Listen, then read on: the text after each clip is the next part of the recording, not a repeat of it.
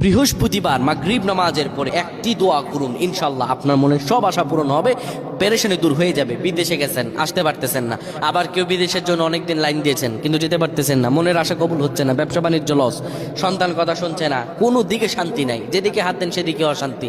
অনেকে বলে হুজুর এত আমল করি কিন্তু কবুল হয় না, কিন্তু কিছু কিছু সময় আল্লাহ দিয়েছেন স্পেসিফিকভাবে, ওই সময় আপনাকে আমল করতে হবে। ওই সময় আমল করলে আল্লাহ তাআলা অবশ্যই আপনার আমল কবুল করে নেবেন। আল্লাহ সব সময় করেন কিন্তু স্পেসিফিক কিছু স্পেশাল সময় আছে। বৃহস্পতিবার মাগরিব কি সারা দিনের পর মাগরিবের পর থেকে শুরু হয় শুক্রবারের রজনী। এটি এমন গুরুত্বপূর্ণ রজনী, কোনো ব্যক্তি যদি সেই রজনীতে ইবাদত করে আমার আল্লাহ কবুল করে নেবেন। মাগরিব নামাজের পর আপনি দুই রাকাত করে 6 রাকাত নামাজ পড়বেন, এটাকে বলে সালাতুন নওয়াবি। এই নামাজটা পড়ার পরে 100 বার দুরূদ শরীফ পড়বেন। এবার দুটি হাত তুলে আল্লাহ তাআলার কাছে দোয়া করবেন, আমার আল্লাহ রব্বুল আলামিন আপনার সব দোয়া কবুল করে দেবেন, পেরেশানি দূর করে দেবেন, রিজিকে বরকত দেবেন।